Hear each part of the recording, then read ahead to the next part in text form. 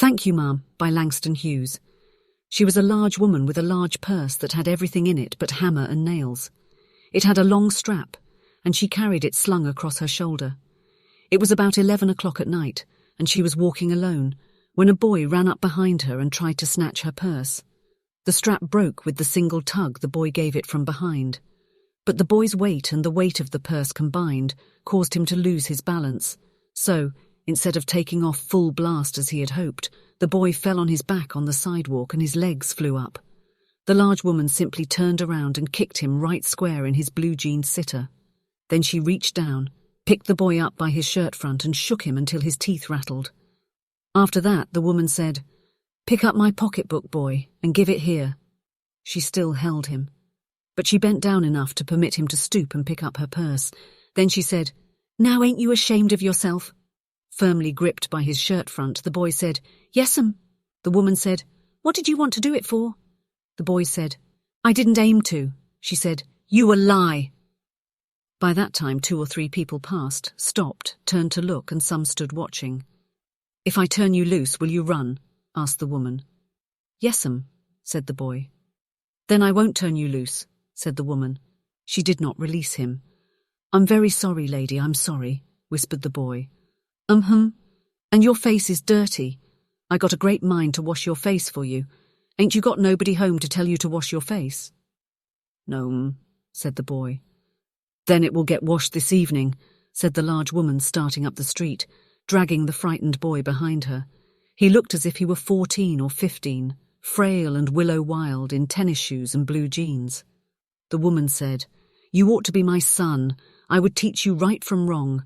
Least I can do right now is to wash your face. Are you hungry?" "No," said the being dragged boy. "I just want you to turn me loose." "Was I bothering you when I turned that corner?" asked the woman. "No, but you put yourself in contact with me," said the woman. "If you think that contact is not going to last a while, you got another thought coming. When I get through with you, sir, you are going to remember Mrs. Luella Bates Washington Jones." Sweat popped out on the boy's face and he began to struggle. Mrs. Jones stopped, jerked him around in front of her, put a half Nelson about his neck, and continued to drag him up the street.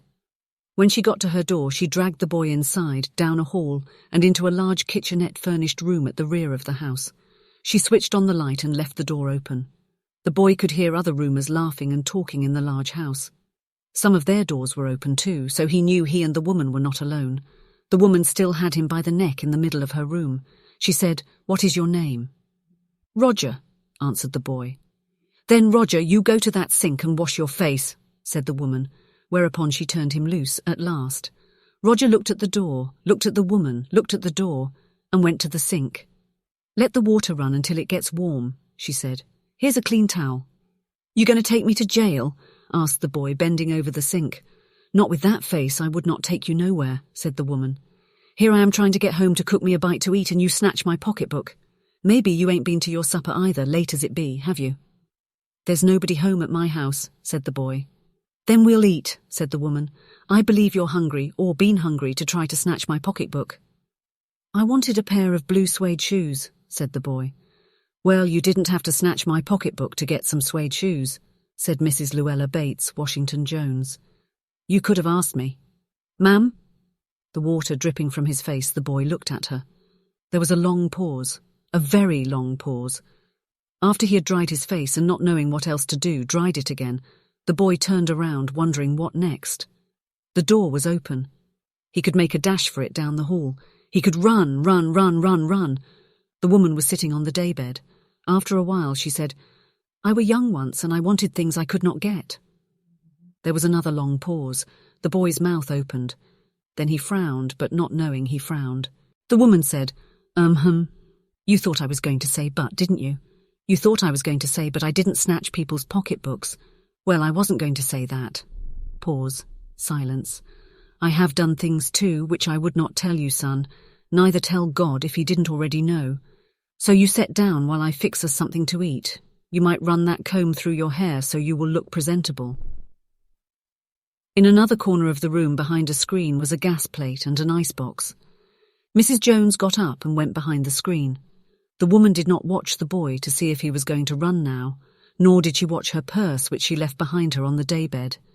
But the boy took care to sit on the far side of the room where he thought she could easily see him out of the corner of her eye, if she wanted to. He did not trust the woman not to trust him, and he did not want to be mistrusted now. "Do you need somebody to go to the store?" asked the boy. "Maybe to get some milk or something?" "Don't believe I do," said the woman, "unless you just want sweet milk yourself. I was going to make cocoa out of this canned milk I got here." "That will be fine," said the boy. She heated some lima beans and ham she had in the icebox, made the cocoa and set the table. The woman did not ask the boy anything about where he lived, or his folks, or anything else that would embarrass him. Instead, as they ate, she told him about her job in a hotel beauty shop that stayed open late, what the work was like, and how all kinds of women came in and out, blondes, redheads, and Spanish. Then she cut him a half of her 10-cent cake. "Eat some more, son," she said. When they were finished eating, she got up and said, "Now here, take this $10 and buy yourself some blue suede shoes, and next time do not make the mistake of latching onto my pocketbook nor nobody else's, because shoes come by devilish like that will burn your feet.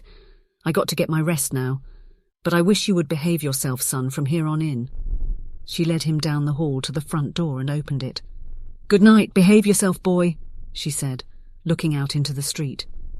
The boy wanted to say something else other than, "Thank you, ma'am," to Mrs. Luella Bates Washington Jones. But he couldn't do so as he turned at the barren stoop and looked back at the large woman in the door. He barely managed to say thank you before she shut the door, and he never saw her again. The end.